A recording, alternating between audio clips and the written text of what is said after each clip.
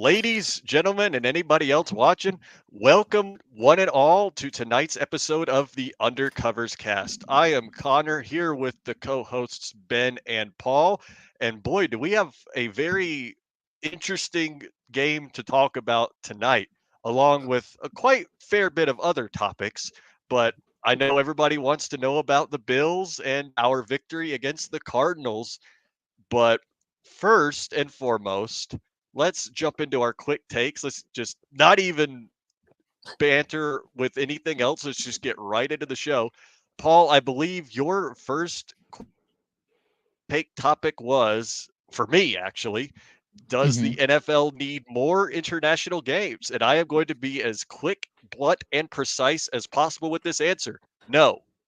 As a matter of fact, they need less.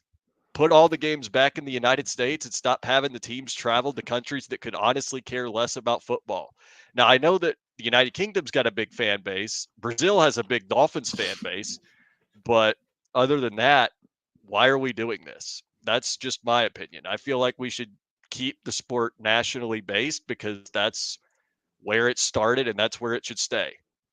And there's not really much more I have to say on it other than I just want to jump right into the next Well, quick take because let this me one's just even better. quickly agree with you. I mean, it is Good. American football after all, and as a salty FSU fan, no more international games ever for any football team. Thank you. And you can just see, like, I mean, for the Bills, last year we lost Daquan Jones and Matt Milano on the awful playing surface in London. Packers fans, I mean, I know it really wasn't. It may have not really been due to the playing surface why Love got injured, being Mhm. just because he got sandwiched between two players. But I mean, at the end of the day, if they weren't playing that game in Brazil on a Friday night, that injury never happens. Now, who knows? Maybe he gets injured if they play that game on a Sunday. But I mean, you're at least ruling out a couple really bad injuries that we've seen as of late. And honestly, it's just really not great football. Like we saw the playing surface last year, in the Bills Jaguars game in London was awful. We saw the playing surface on Friday night in Brazil was terrible as well. Like if it, the thing is, if we're sending teams over there, we should be trying to show our best to grow the NFL fan base and not Mhm. showing a crap product. So it's Mhm. kind of a bad look on the NFL anyways that there's playing on these awful playing surfaces and teams aren't really ready for the games due to Mhm. jet lag or on other circumstances. But that leads into our next topic with Love Jordan out at Love. least 3 weeks. Should the Packers grab a quarterback or stick with Malik Willis? Well, I think they should grab a quarterback either way because if you look at their other Mhm. options, you have Michael Pratt, who was a seventh round pick this year, Sean Clifford, who was a draft pick last year, but they obviously didn't think too highly of either Pratt or Clifford just to be a backup to begin with. I mean, they Mhm. traded for Malik Willis, who we've all seen, and he couldn't make it out of Tennessee to beat out Mason Rudolph for the second string. And after what we saw yesterday, I get it was just week one from Will Levis. That's really Mhm. not a good indictment on Malik Willis. So if I'm a Green Bay fan, I don't really have a ton of confidence um, with Malik Willis. I get it. You have weapons. The run game should be better with Josh Jacobs, but now you'll see teams starting to stack the box. But I know Willis can kind of run the ball, but I mean, there were reports that they reached out to Tannehill, and if I'm Green Bay, I think even Tannehill with a limited playbook could still give you Mhm. better football and give you a better opportunity to win games than Malik Willis Mhm. at all. And it's not Absolutely. like Malik Willis has been in the building a while, anyways, to really have a huge, understanding of the playbook. They just got him at the end of August, so may as well go out and grab Tannehill or someone like that. Shoot, even trade for Jameis. I mean, if the Browns aren't going to No. play Jameis, No. I why was not? I have this maybe weird slash hot take with the quarterback room in Green Bay. With What's that? Pittsburgh with Pittsburgh having two quarterbacks with Wilson and Fields, when Wilson comes back and Fields is playing, say Nah, Fields is I don't playing decently well, nah, you that maybe doesn't go out really and make grab sense. Fields for a few games. Nah, it's week Nah, one. that doesn't. Week one Yeah, is I'd weird. agree. Well, and here's the thing too. That's Pittsburgh. Pittsburgh definitely traded for Fields for a reason, and that Mhm. was they're thinking long term, not to ship him off to Green Bay to get a slightly better draft pick out of him. And we know Green Bay, you know, doesn't need him for the long term. So they're not really too interested in giving up draft capital for a quarterback. Number Mhm. two is how much better, honestly, is Fields really than Malik Willis? Like, I Yes. mean, the other day against Atlanta, six scoring drives were all field goals, and a lot of that was because of great field position, courtesy of TJ Watt and Minka Yep. Fitzpatrick. So if you look at field passing chart, they were all checkdowns. Like, I mean, Fields is not a good quarterback. Now Caleb Williams looked kind of rough in his rookie debut. Now that's a different conversation for another day. But Yep. let's get on to our trivia so we can get into this Bills game. Oh yeah, we got a Before the lot to Monday Night talk Football about. starts. Mhm. So the Seattle Seahawks had two safeties. They Yes. they they gave up two safeties, which was beat the Denver's defense, which is the 19th. Denver is now the 19th team to have two safeties in one game. Mhm. Which What about in team one had half? three? Well, Yeah, has it ever how many happened in one times half? how many times has it happened in one half? That's my question. I would have to do a little bit more research in that. I I mean, if it looked at happened if it happened 3 times in a game, it would have mathematically it has to happen 2 it Mhm. has to at least happen in at one least half. once and 2 times 1 half. That Exactly. is so when did it 3 times happen? Just so I can get a good guess. Let's get a hint. 1984. Oh, Oh, okay. So still 84? kind of in semi-modern history. All right. I AFC think I know. team? I think I AFC know. team? I'm gonna let Ben answer first, but I'm pretty sure I know. Let me get a NFC. NFC. I'd say probably the Bears. Your guess, Connor? The Los That's a Angeles good Rams, back when it was ooh, technically not even. No, I think back then it was still that's a Los g Angeles no, Rams. it was because that was before they moved to St. Louis, which would have been in Yeah. the early '90s. Yeah. That's a I good believe. guess too. Yeah. They had I a think it. great defensive line. Yep. I think Was it was the Deacon Rams. Jones on the team there, I think? Yeah, Yeah. that's a great guess as well. Hmm. It's probably Who's right, neither, Paul? right? It's the Los Angeles Rams. Oh, wow, September Connor. 30th, Oh, did, Great guess. 1984 Wow. in a 33-12 blowout win against the Giants. Okay, wow. oh, it Okay. was the Giants. I didn't think it was the Giants, but I knew it had to have It been was the the Rams. Rams. The Rams had 3 against the Giants in a win on September 30th, 1984. Now imagine if fantasy football had existed back then. How many points the Rams defense would have put up that day? That would have been a Yeah, I'm. crazy game. Hey, now But as a Christian McCaffrey fantasy owner, I don't want to talk about fantasy right now. I am oof, absolutely yeah. absolutely We'll screwed in in we'll one league we'll talk tonight. about that a little bit later, but let's start off with this Bills game. Um Absolutely, there's a lot to and say. I mean, first Monday of the season or First first victory post Monday. yes, first, football Monday of the season, first victory Monday of the season. So the Bills Yeah, start off 1-0.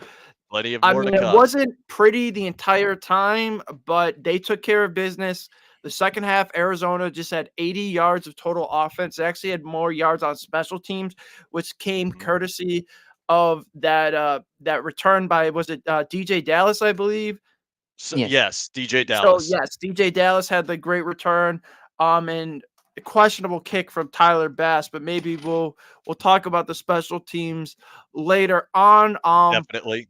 But overall, biggest week one takeaway to me, and I think this is something we kind of all knew, but it carried over from last season. Joe Brady said it in the offseason that at the end of the day, this is still the Josh Allen offense. And it Hmm. was yesterday, the Josh Allen experience when The Bills needed a play. Josh Allen made it. 4th down, 3rd and long in the red zone. I mean, there's really only 2 or 3 plays from the whole game where you could say he missed a play or, it was a mistake. Number 1 was the fumble, which he had Curtis Samuel wide open. And I mean, that was a critical mistake early on, but after that, it was pretty seamless. I mean, he missed MVS deep for a touchdown, but the next drive they ended up scoring after, Greg Rousseau had that strip sack on Von Miller. But yeah, for me, my biggest takeaway, it was the Josh Allen experience in totality for that game. And I mean, Absolutely. yes, there were some mistakes, but there's mostly great play with some really freak plays that he'll pull off time to time, which he had plenty of them yesterday in the opening game. So that's my biggest takeaway. I'd like to hear what your thoughts are on the game, Connor and Paul. All right. So I'll go ahead and go first with mine because I do have some very important things to say regarding this game. And first and foremost is this is why we drafted Keon Coleman. Go back and look at his catch. Xavier Worthy is not making that catch. He's not. I'm sorry, he's not.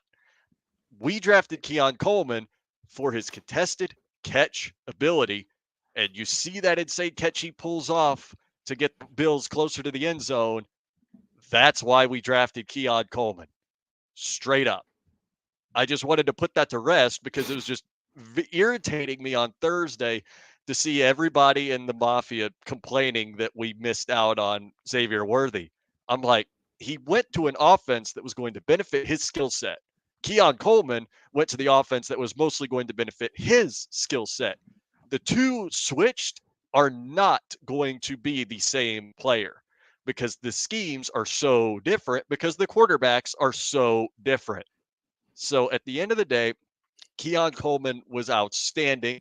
But one thing that I also really want to say is kudos to obviously kudos to Josh Allen, but kudos to Bobby Babich for adjusting the defensive game plan like that.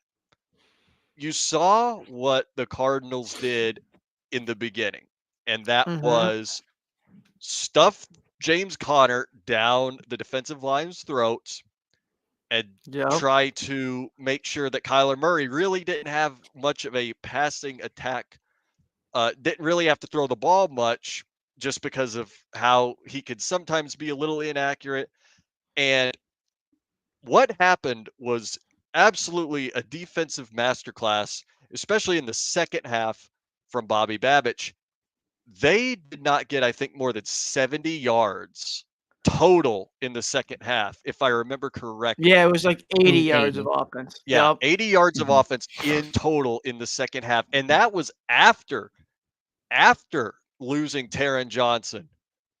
And I mean, I don't want to talk about that. I mean, honestly, though, the entire game was played without Taron because he got injured basically that very first offensive play for Arizona. But let's hear what your takeaway is, Paul.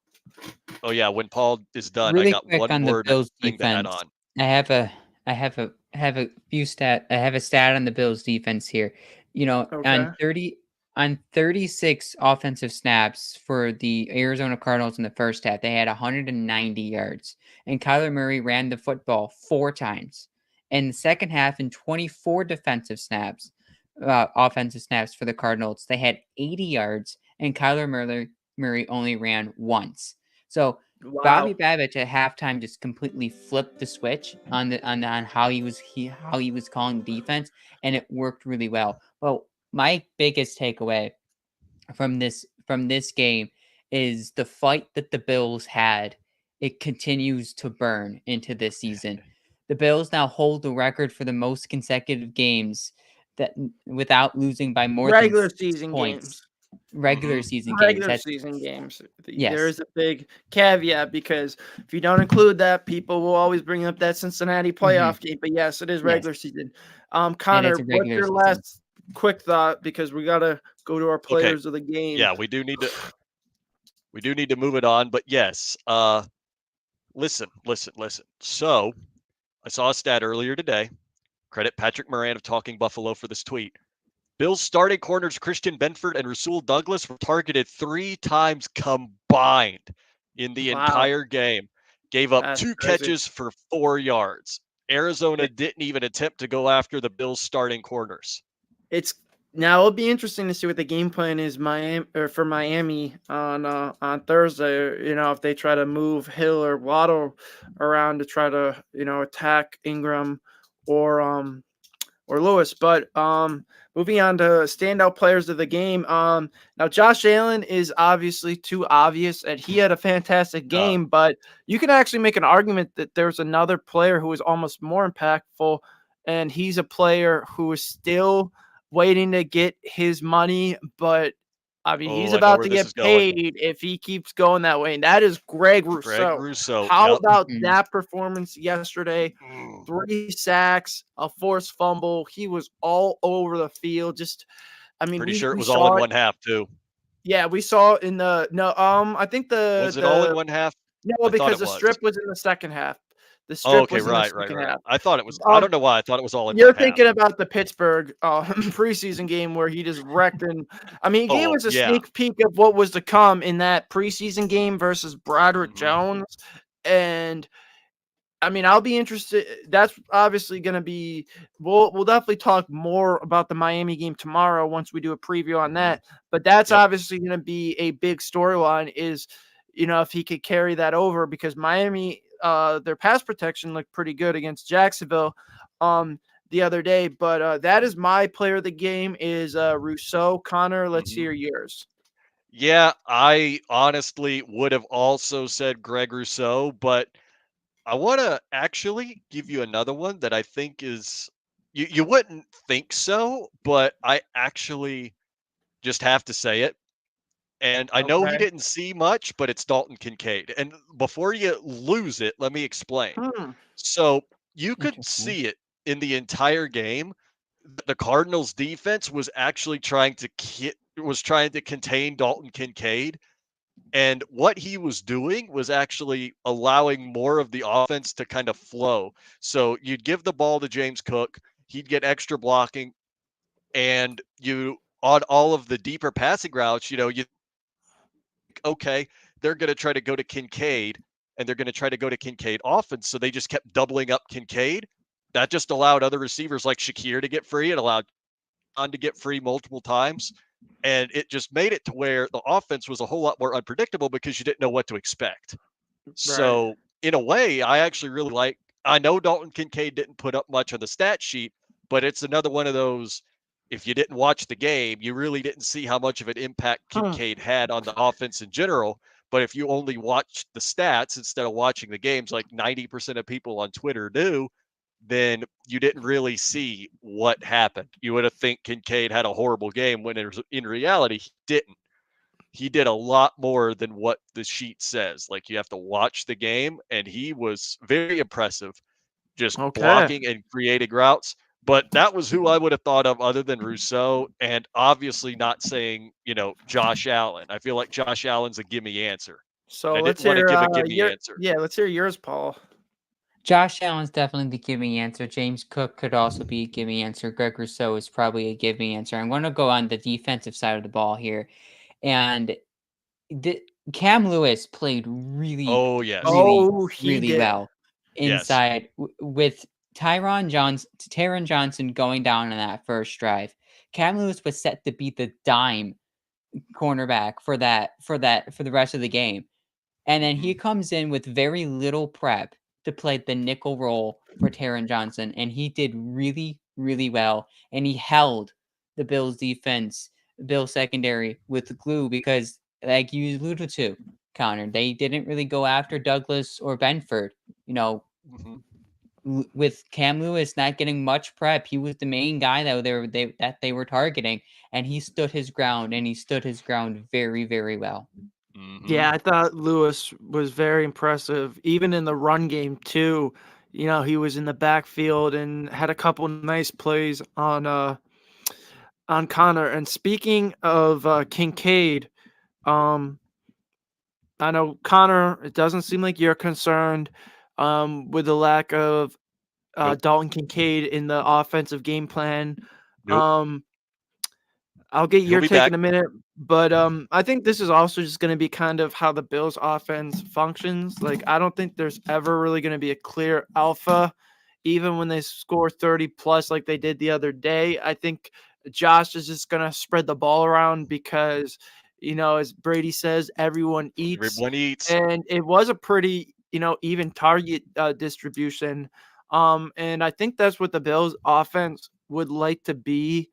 You know, that's like the type of identity. Now there will be games where Josh obviously throws it, just given the situations or he has to, but it didn't really dictate it yesterday. So I don't think you got to just force feed someone targets just to get them fantasy points, just to Mhm. get them numbers or whatever. Now I think I versus know where you're going. Miami, I think you can expect a much bigger game from Dalton Kincaid. Just because I think Miami's linebackers are weaker, but I'm not Mhm. concerned now if it's week 5 or week 6 and Kincaid literally has one catch every game, then it's a different conversation. But I'm not gonna overreact because weird stuff Yeah, happens week 1. it does. I really don't think we have any reason to be concerned whatsoever. And again, it's like I said, I really felt like the Cardinals did a great job in taking Kincaid away from the offense, but Kincaid took that and he started being a whole lot more productive via other means, blocking, creating holes for James Cook to run, creating targets for more target opportunities for Khalil Shakir, Curtis Samuel, Keon, the entire rest of the list. And then Dawson Knox, obviously, when no one expected Knox, there was Knox because everybody Yeah, was I looking mean, at he made a big Kincaid play. like, yep. And because everybody was thinking about Kincaid, thinking Kincaid Yeah, is going to be the star here. And to your Miami bit, Ben, I actually kind of agree. I really don't think that they're going to be able to contain Kincaid as well as the Cardinals did because Jalen Phillips is still not completely himself, I would think, after, having a torn Achilles. yep. And I just don't really know what to expect out of the rest of their D. I know they had a lot of good Calais moments Campbell against played well. Jacksonville, but you know, it's just what do you know? Like anything can happen, especially when it comes to divisional games. They are always a toss up because everybody goes an extra For mile, sure, everybody for plays a sure. little harder, and I'm still really not concerned because it is Miami. We kind of seem to own them, but What it's something to what are watch. your thoughts on Kincaid's usage, Paul? Yeah, let's hear it. You know, Go. having 2 targets for 1 catch, in week 1, it's not the biggest of deals, but I would love to see Kincaid, mixed in just a little bit more. But really just to go on to to allude to what you guys were talking about with everyone eats and a balanced offense, Josh Allen only threw it 23 times. So it's only a certain amount of people are going to get, a certain amount of targets, and it's going to just be distributed differently. 10 receivers had 10 receivers, 10 different receivers had a target in this game, and 9 of them caught the football. And you look Yep. at back at week 1 last year, that was 8. There was 8 different receivers that had a target in that game. The most targets in that game was Stephon Diggs, who had 13. You know, Bills the Bills' leading receiver in this game was Keon Coleman. Like Big dubs. he was the foresight of the Bills offense in week 1. He had the most targets, I believe he had the most catch, and I believe he had the most receiving yards out of all the receivers in this game. So having Kincaid maybe not getting as many yards isn't too big of a deal just yet because it opens up the offense for Shakir and opens the offense for Keon Coleman, as we alluded to, as me and you, Connor, and a few Connors takes ago, we were talking about this. Is that with 5 wide receivers, does it open up the ability for Keon Coleman to do more? And I think that's yes. You know, Hmm. yes, we would love to see Let me cook. Dalton Kincaid have a monster game every single He will. week, but 4 or 5 catches, 30, 50 yards, that works because you give the ball to everybody else, and it makes a Mhm. more balanced and a more efficient offense, as you Yep. saw in the second half. Yep. And Now, to what your do you point, guys? Paul, Oh, go to your ahead. point, to your point, Paul, you were correct. Keon Coleman led all receivers in yards at 51 yards. 4 receptions, And 51 receptions too, I yards. believe. Yes, he Um, did. He had 4 compared to next highest was Shakir and Cook. Shakir had 3 receptions for 42 yards and a touchdown. James Cook had 3 receptions for 32 yards, no touchdowns. So at the end of the day, yes, you so are going to, that's exactly what I alluded to. 5 receivers, you are going to load up for Keon and you are going to give him the ability to succeed in this offense. Go ahead, Ben. you're good. So what are your guys' thoughts on that decision to kick the field goal on 4th and 3 instead of, putting it in Josh's hands? Now, we did see, obviously, against Kansas City in the playoffs.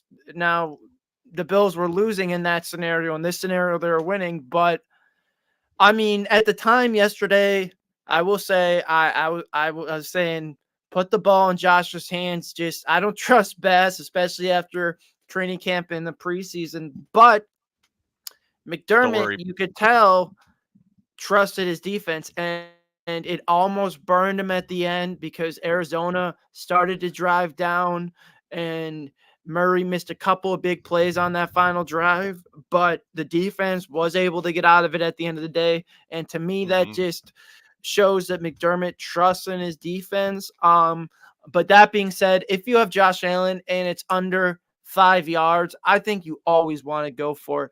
I mean, especially because you could have just ended the game with a first down and not even had to put your defense on the field in that situation. So I'm always the type to go for it, but I don't know how you guys feel about that decision. But I would have. I mean, I get why McDermott didn't, but I would have went for it myself. Remember who we And you're also have. kicking into the wind. Exactly. That wasn't even an easy kick. We talked You're we right. all offseason we talked about Tyler Bass's struggles.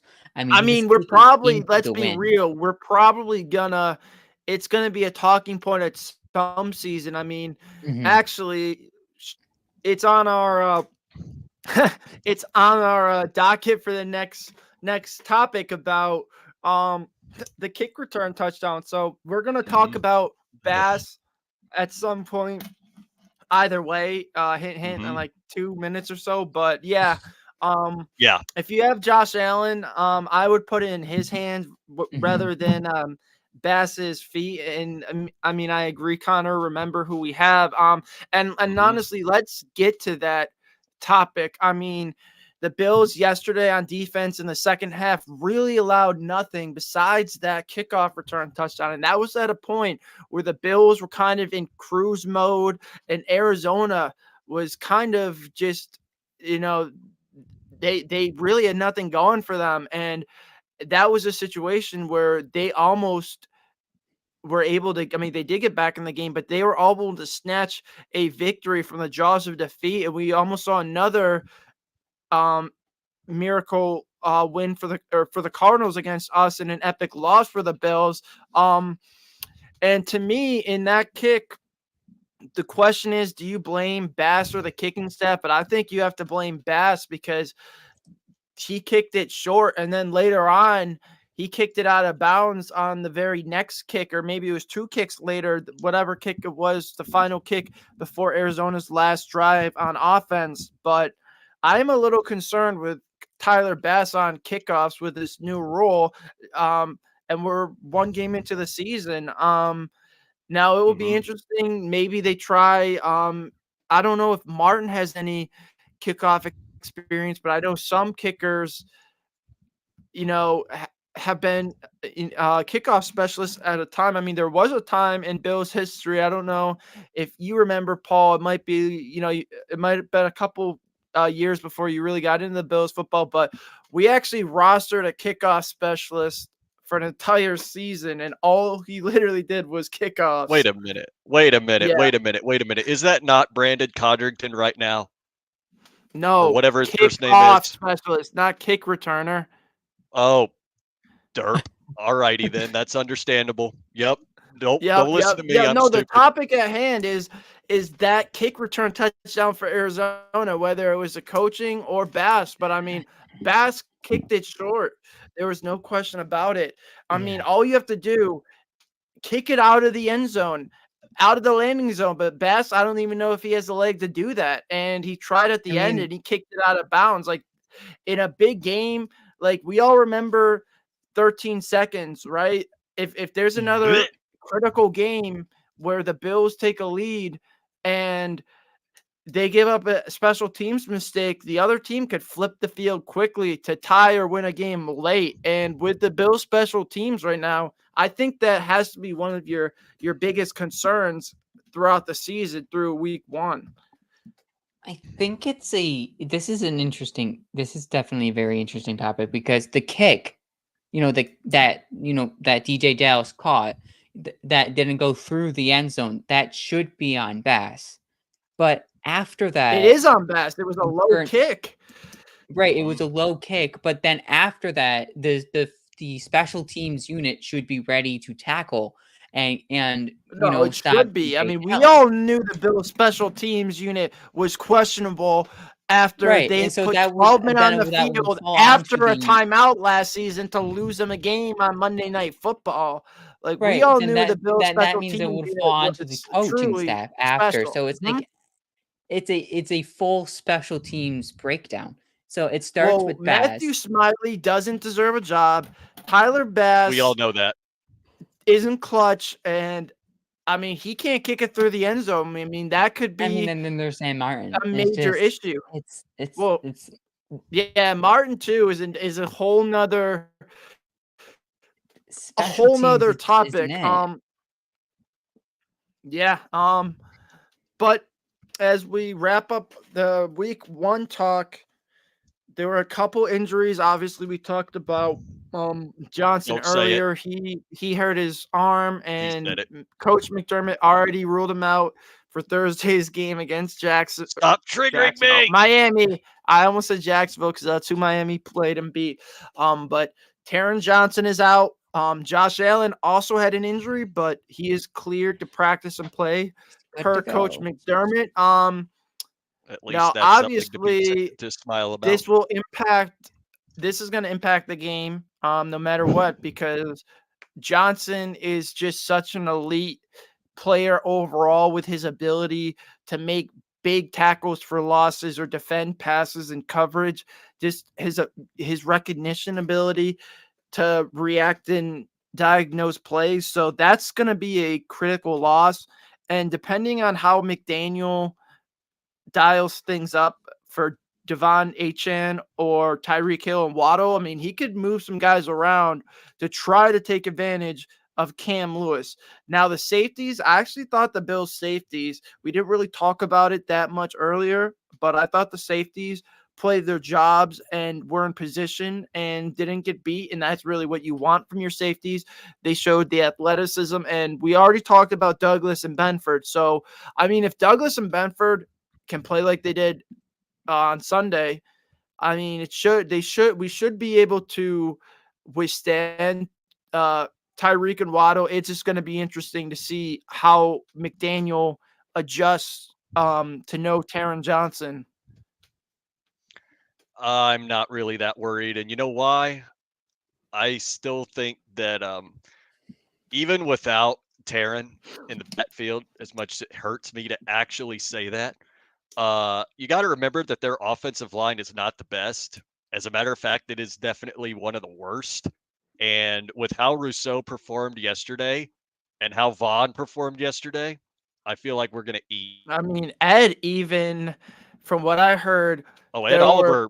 Oh, he was there were being double and triple plays. teamed the whole Yes, time. and he also was getting held, and they weren't really calling it. Hmm. So Ed Oliver Yep. was able to make an impact without it Oh, yeah. showing up on the stat sheet. Yep. Just like And Kincaid. that's really the key to getting to two. I mean, we remember last year's early season game against Miami. That game was really won by a couple players, and it started with Ed Oliver and Daquan Mhm. Jones just terrorizing Liam Eichenberg all game, and I think that's probably to continue. I mean, we did see Daquan make a couple big plays in his return Hmm. yesterday, Yep. Um, yes, no Milano. And I will say it was rough at times for Williams, but I think too for Williams, he kind of had the tough task of A, being the help on Marvin Harrison Jr., and B, being the spy on Kyler Murray as well. So sometimes he just kind of really was kind of stuck as far as what he should do. And you could tell like a couple of the big plays were kind of a result of Williams being in the wrong spot. But Arizona didn't really make as many big plays in the second half. And you still got to remember it's Williams' first, real start as a pro. So, Hmm. I mean, I think He it really grew should. throughout the game. He started, the first two drives, Dorian Williams, he started a bit shaky. It was like, Yeah, I okay, mean, he definitely there's a picked few it up. tackles where you should have saw, he should have made that. But throughout the game, He he looked definitely even cleaned better. things up by the end of the Oh Mhm. yeah, game. And he I did. think you could just tell his athleticism. I mean, in the run game, especially against a team like Miami, where they're going to try to establish the run with Hmm. Mostert and Achan, that's If the they type even of play. guy, right? But good point. Well, or Jalen Wright, he's another speedster, right? No pun intended. Oh my God. Sorry, that was awful. But Jalen is very, very speedy, and you want a guy like Williams, to get him on those. McDaniels loves to run those pitch plays. So if he does a couple pitch plays to Jalen Wright, I think Williams is a perfect guy to try to snuff it out of the backfield. Um, but yeah, I we will guess get my more only to. concern with the Go ahead, Paul. injuries, just really quick, is the Sure. snap exchange between McGovern and Josh. Like, That is a what very good point. what is Josh Hmm. going to wear on his I left will hand? say McDermott did say in his press conference, though, I mean, they were able to finish the game without it being a concern. So he didn't. I mean, obviously, the coach will always give you coach speak, but McDermott didn't seem as concerned with it as maybe some fans are. I mean, obviously, coaches never really look concerned to begin with. But we'll get more into that tomorrow because we actually have a special guest coming on Yep. for a preview of that game. We'll announce it later on our X account. Hmm. But real quickly, for some final notes. Spencer Brown obviously got paid. We tweeted about that. We still don't know the contract, Cha-ching. but Groot still deserves his contract. Dak Prescott finally got paid. Maybe Micah Parsons will be available now because they can't pay anyone. Another quick note is CMC is out tonight. Don't I know you remind mentioned me. that earlier, Connor, but that is big for Don't that remind game. me. 49ers still And win. Yep. real quickly, I mean, even if the 49ers win or lose, no matter what, to me, week one, I think the AFC East, and I'll take an L here because I thought, and I've been saying it all offseason, that the AFC North was going to be an absolute buzzsaw. And to me, it might be the most overrated division of football now. But I think no matter what, win or lose for the Jets through week one, the AFC East established itself as the best division in football, hands down, top to bottom. Oh, And you're really saying that with your chest? Oh, absolutely. One through four, After week 1 did week 1 things by the it Bengals did, losing? it did. But you know the what? Patriots I think defense I looks think a lot. scary. Exactly. I think we all kind of wrote yes, their offense wasn't pretty, but I think we all Mhm. kind of didn't give New England enough credit for that defense and run game. And that wins footballs, especially or that wins football games. And especially when you have a very good defense and a very good run game, that's a good combination to still F around and win 8 to 9 games. Now they're not gonna win 11 or 12, Mm-mm. but if you're talking about the fourth team in the division, I don't think there's many divisions that have your fourth team as good as them. And then your top three teams should all, in theory, be competing for a division title and a very high playoff spot, potentially multiple teams making the playoffs. Like, I thought this AFC North, and yes, some of it may have been recency bias, some of it may have been the offseason moves, but honestly, it almost feels like the AFC West all over again a couple of years ago. They made all these moves. Ironically, Russell Wilson joined one of those teams in the offseason as a quarterback that same offseason, and he did it this year to one of the AFC North teams. It just feels like all those teams got overhyped. Like they could all win the division. I think only one. I thought a couple of those teams would make the playoffs. Now I really think only one of those teams make the playoffs. Like Ooh, Yeah, all Bengals right. doesn't look good. got Cincinnati Steelers, the winning the only thing. division. I don't think they're going anywhere. I think it's gonna come down to Baltimore and Pittsburgh to grind it out for the division. And I'm giving the edge to Baltimore because of better quarterback play. I still thought. I After still what don't we think saw on Pittsburgh is that Thursday, good. Their defense, though, can just like kind of like New England. Their defense can beat anyone, and they're gonna grind out games like that. I really think the Browns are cooked with Deshaun I'm not buying the Watson. Pittsburgh I bias. think I'm not buying I the think Pittsburgh I stuff think yet. Not just yet. The Browns and Bengals are both cooked. Pittsburgh is still gonna F around and win 9+ games, and Baltimore just they look to 9 at me. most. Well, we'll see. I mean, when is the last time Lamar Jackson beat the Steelers? It's been a while, never. right? Not Exactly. True. kidding. He Yeah, can't. He it's can't been a beat while. Pittsburgh. Not even Kenny Pickett. And I think Baltimore regressed. That offense was all out of sorts the other day. The offensive line looked weak to me. I really wasn't too impressed with the defense overall. I mean, Marlon Humphrey got cooked by Xavier Worthy. So I think that division is open for the taking for Pittsburgh to potentially win it at 10 games because I don't think Baltimore is going to run away with that division. I really don't. I think if Stillers got a Baltimore Super wins Bowl. it, right? No, if Baltimore wins it, 11 games is going to be what they're going to win it at. That Ooh. division, totally overhyped. The AFC South, though, still underrated. Now I am kind of starting to lose hope in Will Levis. Now, granted, it was a week 1 game against a Bears defense that was top 10, and he had basically a can't beat brand new that. receiving core, and it was a road game in a tough environment. I mean, if we all remember Josh Allen's second season, he had a rough start against the Jets. Now they were able to pull it out. Now the Titans did lose, but I mean, I'm not going to completely write off Will Levis off of 1 game, but I'm not as impressed with him as I thought I was last year. And honestly, they may have a better chance with Rudolph if they give it over to Rudolph, but the Jags choked epic proportionally, Connor. Like that was terrible. The Colts, yeah, I knew that offense was going to be dynamic. The defense is still a work in progress. Honestly, my other takeaway as we wrap up, because Monday Night Football is coming up, how about that Texans?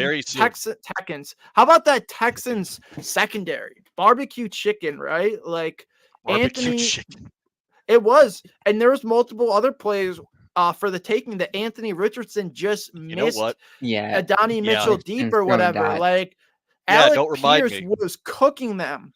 So what is Keon Coleman and Khalil Shakir going to do down in Houston when we go down there? Like, exactly. It's gonna be interesting. Now, Josh I think this was a game goes for 5 touchdowns. You know what? Paul, hold on. Right, We're on the Texan subject, so I do have to say it. Thank you, Stephon Diggs, for basically winning me my fantasy league. Did we pick this game in our game picks, Paul? We did. Yeah, we did. We did. I could tell you that you and Connor's boasting over the KC game, me picking the Ravens, didn't work. It hasn't worked out for you guys because we're all 2-2 entering this game. Nice. And we all picked the Niners, right? We all picked the Niners. I think now with CMC out, does anyone want to switch it up real quickly before game time? No. 49ers still win big. I agree. Yeah, let's go Niners. Win. All right. Bang bang Niner gang. Yeah, I think that should be it. We'll be back tomorrow with a very awesome guest. So make sure you tune in tomorrow. It should be 7:30. It should be the start time, Paul. 7:30 is the start time. Perfect. All right. Well, All right. Thank you, everyone, And for tuning in, and go yep. Bills. one last thing Go to Bills. say, Ryan Fitzgerald, I hope you like Buffalo Blue because you're going to be wearing it soon. Ben, you know who I'm talking about. Ryan Fitzpatrick, too. Shout out to him for Or what he Ryan posted on Fitzpatrick. I Twitter. mean, yeah, Ryan No, Ryan Fitzpatrick's who I meant. Fitzgerald is the kicker. You were right about that. Oh, Ryan God Fitzpatrick's bless. the I can't. quarterback. They got the same. They got similar names. I was thinking of Similar our name. kicker, right, at FSU. He's going to be our Tyler Bass replacement if it gets worse. Just saying, he's a great kicker. Deserves to be a Bill. All right.